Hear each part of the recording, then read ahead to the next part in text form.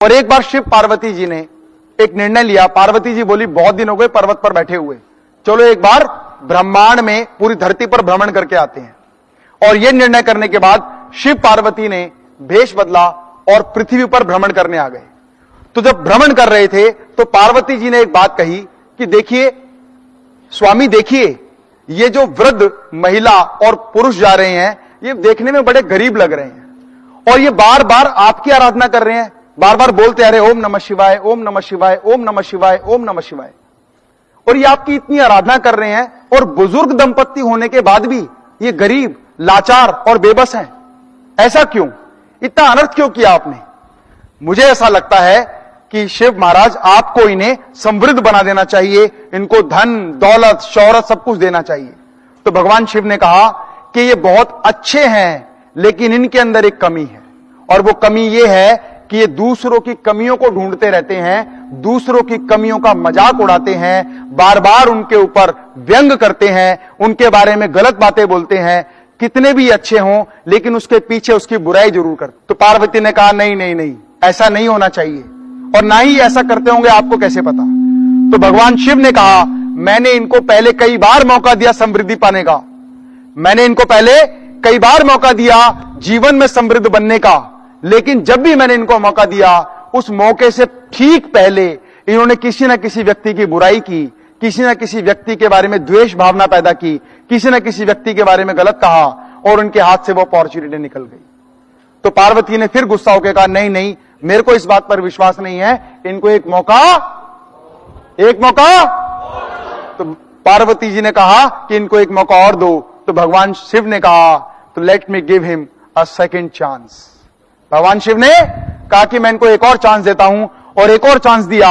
भगवान शिव ने कहा कि जैसे ये व्यक्ति यहां से 50 कदम आगे जाएंगे, इनके आगे मैं भंडार बिछा दूंगा, सोने की अशर्फियां, हीरे जवाहरात, मालाएं, सब कुछ इनके आगे बिछा दूंगा, और 50 कदम बाद जाके इनको सब कुछ मिल जाना है और ये धनवान हो जाएंगे, लेकिन इनको 50 कदम चलना होगा। जब भगवान शिव ने ऐसा कहा तो पार्वती ने कहा चलो इतना तो ओके है, इतना काम तो ये कर सकते हैं कि 50 कदम आगे जाएं।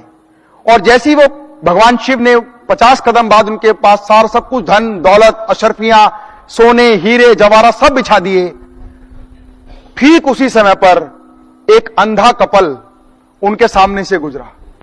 वाइफ भी अंधी थी, हस्बैंड भी अंधा था, वो दोनों वहां से गुजरे।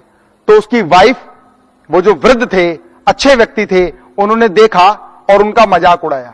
अरे देखो देखो, हस्बैंड भी अंधा है और वाइफ भी अंधी है।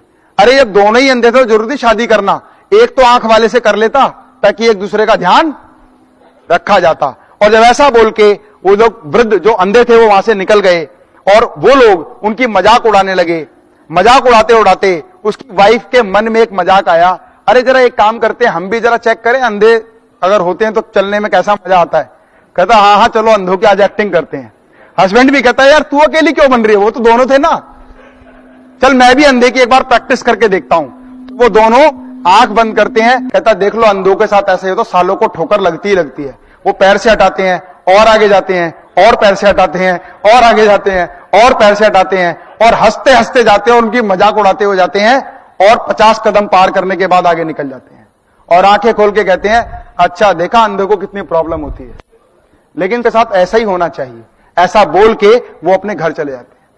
तो भगवान शिव कहते हैं देखा मैंने कहा था ना, इनको मैंने एक बार नहीं मैंने कई बार मौका दिया है, लेकिन इनके अंदर क्या कमी है कि दूसरों की कमियां देखते हैं, उनकी मजाक उड़ाते हैं, और ऐसा कभी नहीं होना चाहिए, ऐसा कभी नहीं होना चाहिए। फ्रेंड्स ध्यान रखिएगा, जो व्यक्ति अच्छा है या बुरा इस बात से इतना फर्क नहीं पड़ता, क्योंकि अच्छा और बुरा आप अपने लिए हो सकते हैं, लेकिन यदि आप दूसरे व्यक्तियों के लिए हमेशा सकारात्मक होते हैं, हेल्पफुल होते हैं, उनकी कमियों पर ध्यान ना देते हुए उनकी अच्छाइयों पर ध्यान देते हैं, तो जीवन में सफलता के चांसेस कई गुना ज्यादा होते हैं।